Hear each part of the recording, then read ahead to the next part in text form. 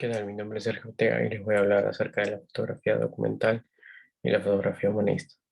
La fotografía documental se desarrolló a los inicios de la fotografía debido a la asociación inmediata que se hizo con esta técnica. Tratar de encontrar una objetividad en la captación de la realidad de movimiento, y durante el año 1855 el primer fotógrafo de guerra, que era en donde se inició esta fotografía documental, fue el inglés Roger Fenton. Él cubre la guerra de Crimea y comienza a hacer fotos de los mismos soldados, los tanques y demás, ¿no? Acompañado de una fotografía que era de un estilo viajero, por así decirlo. En los años 1861 al 1864, Matthew Brady y su equipo de fotógrafos se encargaron de capturar fotos de la Guerra Civil de Estados Unidos. Y en esa misma época, Thomas Adam, comisionado de Glasgow, realiza imágenes consideradas como primer documento de la fotografía humana. Es ahí es donde dentro de la fotografía viajera pasan a ser un poco más, a documentar ciertas situaciones en el mundo.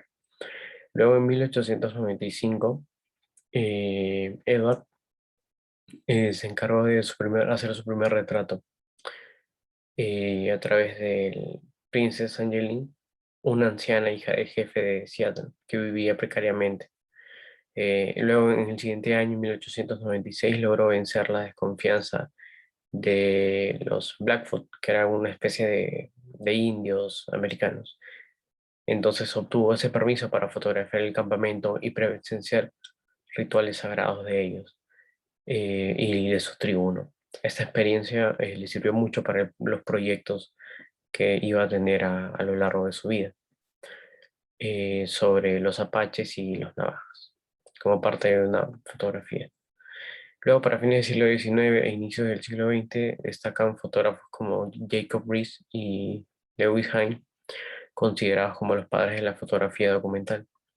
Ellos se encargaron de hacer un reportaje realizado en 1888 que muestra las condiciones de barrios obreros en Manhattan, en donde hay fotos también entre barrios financieros, ¿no?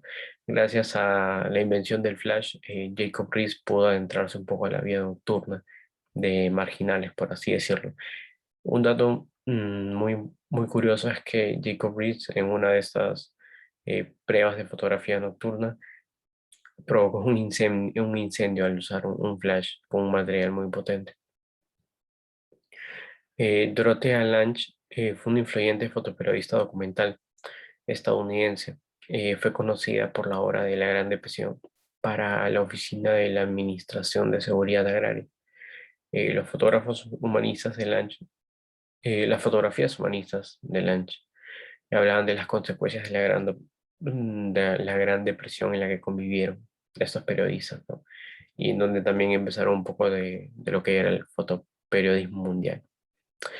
Luego viene la fotografía humanista. La fotografía humanista es un movimiento que tiene como objetivo principal remarcar la figura el ser humano tal cual va en su nombre. La vida de las personas, sentimientos como alegrías, tristezas, la vida cotidiana y de manera natural. Este movimiento engloba gran variedad de autores y que comparten una visión sobre las personas y su forma de vivir, el aspecto cotidiano y a veces también una visión surrealista, ¿no? Luego había unos fotógrafos como, o sea, los considerados como los fundadores de este movimiento, como Henry Carrier, Bresson, Robert Dusnew y Willy Ronis. Fueron aquellos que destacaron dentro de la agencia Magnum junto a autores como Eugene Smith y Elliot Erwin. Sin embargo, la relevancia de este movimiento sobrecae en la fotografía francesa, ya que en el periodo de entreguerras es donde el fotoperiodismo comenzó a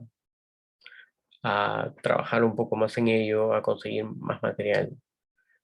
Luego en 1967, Cornel Capa denomina esa unión entre el humanismo y el sentimiento como concern photography, también conocida como fotografía social, ¿no? Organizando exposiciones con ese tema en el Centro Internacional de la Fotografía.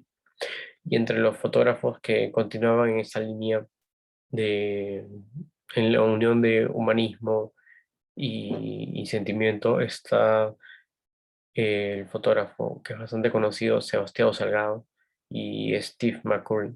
Ellos fueron muy conocidos por fotografías que realizaron a personas en África e incluso captaron momentos donde niños se encontraban con desnutrición o madres también dentro del África estaban en una situación muy precaria debido a al enfrentamiento que había.